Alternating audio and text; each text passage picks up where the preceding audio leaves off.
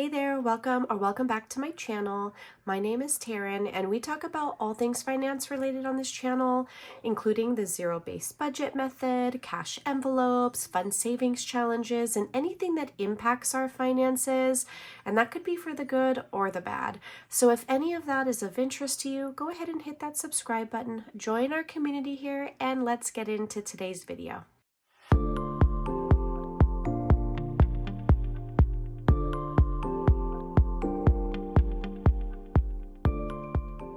Can you believe we're already headed into September? It's gnarly. It's just wild. Sorry if you hear my ring alarm thing going off. It's on my tablet over there, and I don't feel like getting up and dealing with that. So it's late at night. Just bear with me. Hopefully it's not too loud, but let's just get the show started. We're going into September. I've already completed my budget calendar. I'll just give a brief explanation. I will also link, if it lets me, like right now, hopefully up on the screen, a full budget calendar video on how to, but I've already listed all of our paydays. I've given each payday a specific highlighter color, and then I highlighted which bills each paycheck would be covering. So that's basically how I would set up to know which bills are covered. That doesn't mean that I already know which paycheck is going to cover a specific sinking fund or even an essential category. It's really just about the bills, the fixed expenses that go here. All right. I know that I have my hair appointment. I know I have my nail appointment. So I know I have to be financially prepared for those two. I have a baby shower this month, which I already took care of. So I'm not worried. My birthday's in September as well. So that's going to include and involve spending. So you want to just put anything that you know you're going to be spending money on, events, appointments, trips, vacations, all those things, and your fixed expenses. All right, now let's hop into budgeting for the month of September. I'm actually not going to use the book. I'm going to use this notepad that I purchased for the sake of filming. It's just so much easier to do it on here versus the book. So let me just get that set up. Really quick, I did have someone ask me on my other video where I get my highlighters from and to show that they're erasable. So it is by Friction, by Pilot. It's the Friction collection. It does come with this eraser, which works like magic. I have these linked in my Amazon storefront, just in case you're interested. All right, let's get started. I always have two pens with me. One is erasable, one is not. I usually write the categories and the non-erasable, and I usually write the amounts in the erasable just because if something changes, I like it to be like a clean sheet. So I am left-handed, so I will do my best. I will remove my hand every so often so that you can see what I'm writing. But this is going to be for September. And I don't really put paycheck date because if I was doing this per paycheck, I would. But right now I'm going to do a month at a glance. Okay. So mine is going to be, I already know what my first check is going to be because I can actually see that on our portal. The second one, I always just estimate like the bare minimum that it can be.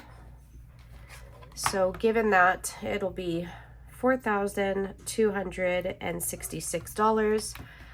This amount is after I have put 10% to my pension, 5% to a 457B, and I think there's a few, oh yes, Colonial, Aflac. So me being a government employee, that's how I'll explain my job, I have to pay all of that first. And this is basically just my take home. So it's a little bit lower than, let's say, what my husband brings home. But again, this is after 10% to pension, 5% to the 457B, our Colonial, our Aflac, etc. So that's my take home. His is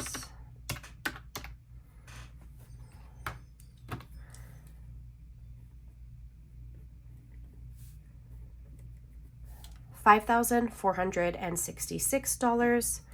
And then Sky is going to give us $160. So total,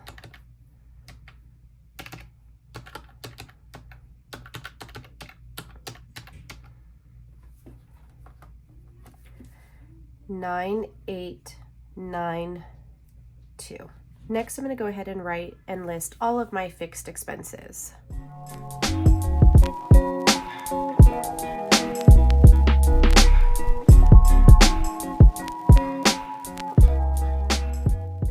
Okay, all of my fixed expenses have been listed, their due date, and the amount. I'm going to go ahead and add that up.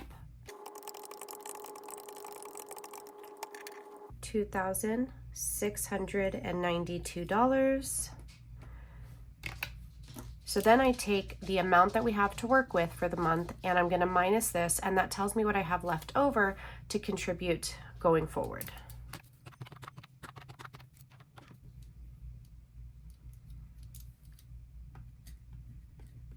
Okay, $7,200.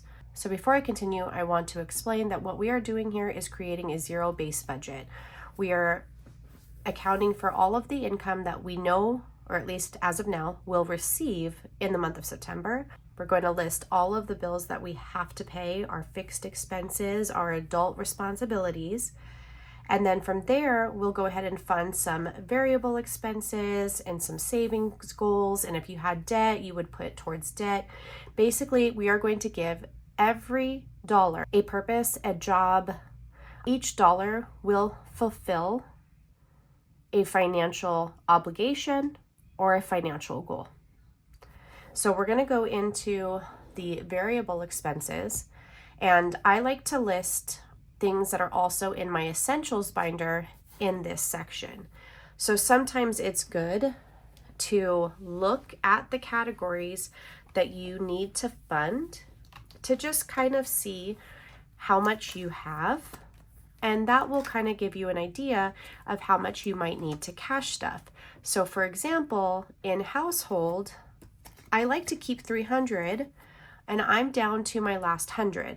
So I'm not going to add all $200 right now. I'm going to add a little bit to this so I can build this back up to $300. So I do recommend having your cash envelopes handy so that you can use them to help you figure out how much you should put to that category.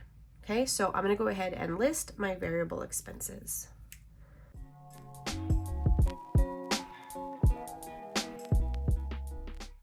Okay, so I'm going to bring down the balance that we have to work with, $7,200. I'm going to talk about the amounts I'm choosing for this one before we move into my savings. Groceries, we are a household of 5. We do purchase food with our long-term health in mind. So I am all about finding great deals and being smart with my money, but I also have that like investment mind, and to me, I'm investing in our health. So our grocery budget is $1,200 a month. I think with the cost of food now, we're in California, this is not outrageous for a household of 5.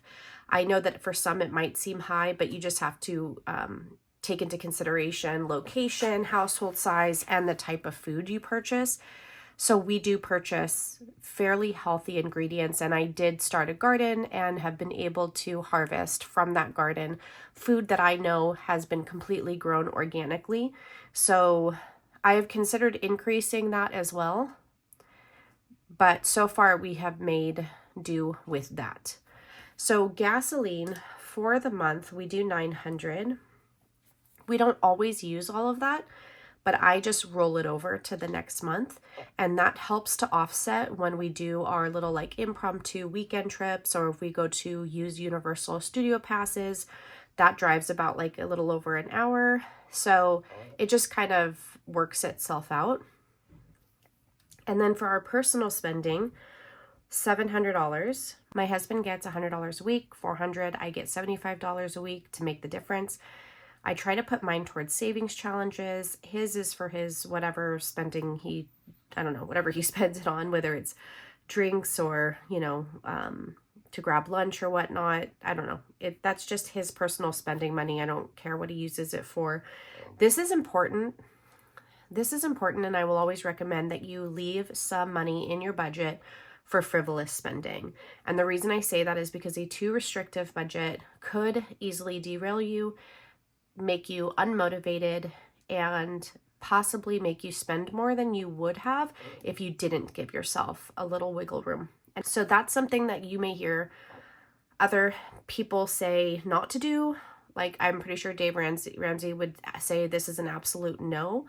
I completely disagree. I just think that you need to consider that there are going to be things that you may want to purchase, and to have that little buffer there could derail you from really overspending or throwing it onto a credit card. Okay, so that's just my take on it, but to each their own. So for household, I'm going to add $50 to help bring it back up. Toiletries, $40. And then for kids, we usually do $100 a month. We're going to stick with that. Nails, I'm just doing $125 because I'm pulling the other for my daughter from my Etsy money. That is something I started last month, and I am going to continue that. Date night, we're going to go ahead and add 50. And then dining out, we're going to try to stick with our 300 again. Miscellaneous, 50. Pets, 300. That did not come out so pretty. I actually might add a little bit more to pets. I will think about that. In fact, I realized I just wrote all those amounts in my permanent pen, you guys. I usually write it in this one, but I'm just like talking away. Hold on.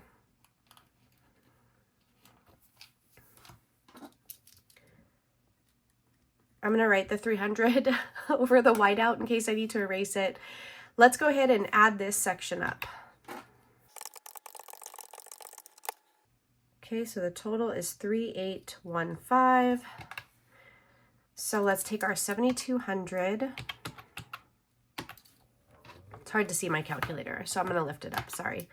7,200 minus 3,815 means that we have $3,385 to work with. Okay, so for the sinking funds, I need all these rows, so I'm going to go ahead and white this out. I'm also going to erase the word debt because I'm not putting anything extra to debt. The only debt we have is his car and our house, so this is just more savings. So let's get this started. So I always like to go through my categories as I'm writing this out. I know that when my husband and I sat down to discuss the September budget, I am gonna forego adding to Toothless, and I'll talk more about what we decided to do with holidays as we get there. But I like to write them in order. Like, we're going to write down the vehicle stuff, then we're going to write down the home stuff, etc. So let me go ahead and start writing that down.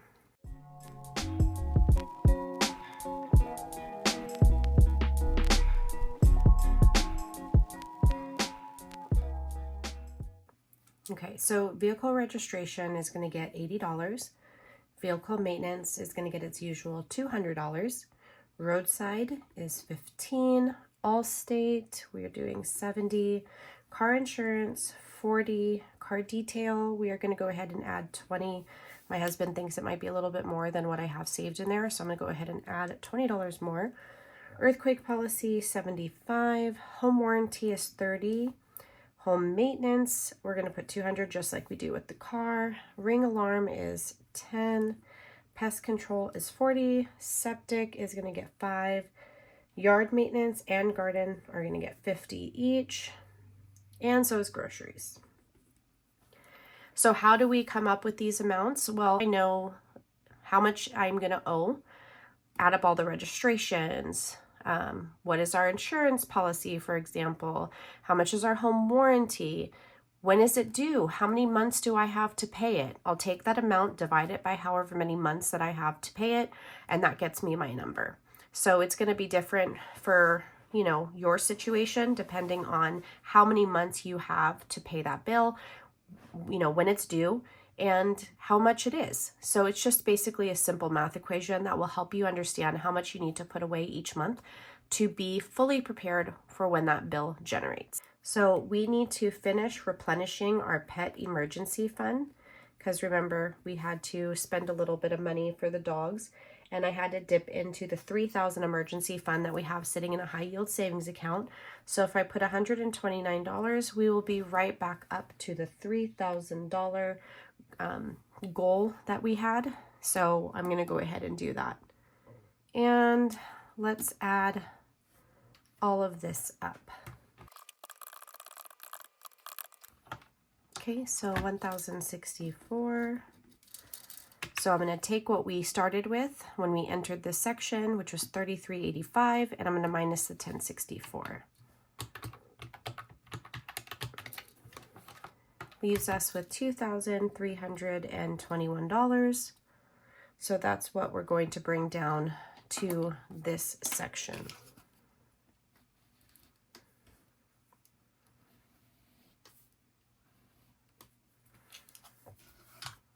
So these were all of my high priority categories. I'm going to hit holiday first, and then we'll switch to the back side and we will do low priority.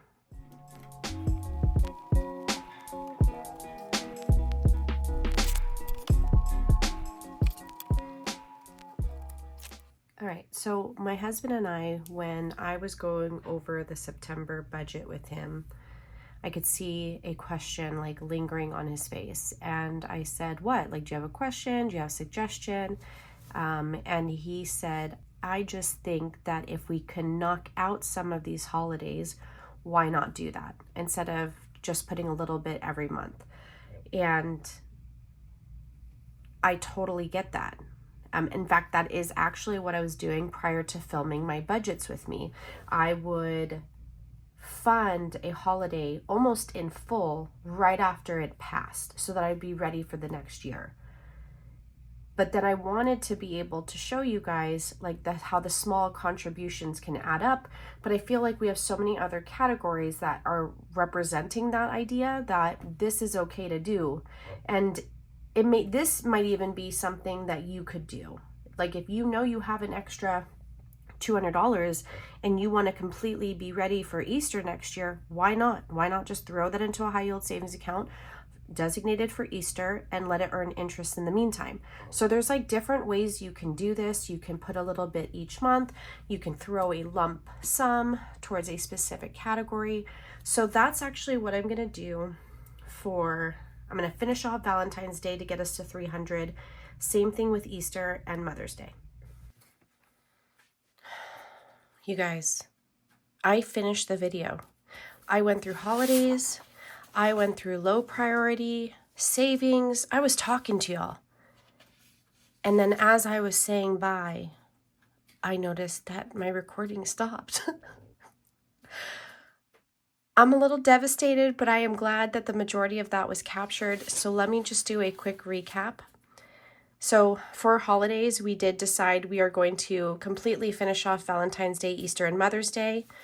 And then we are going to add just a little bit to the other holidays. So our holiday total came out to $935, which meant we still had $1,386 left over.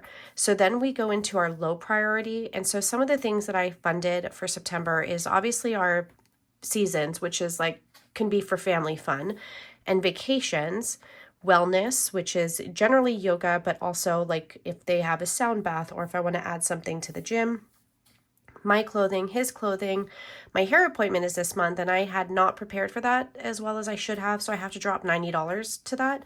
And then streaming, and we are going to go ahead and put $200 towards that second Riker seat. It's been a while since we've contributed to this, but I would really like to have that second seat installed, ready to go before next spring so that I can figure out whether I could even ride or if I'm going to have a full-blown like panic attack. Who knows?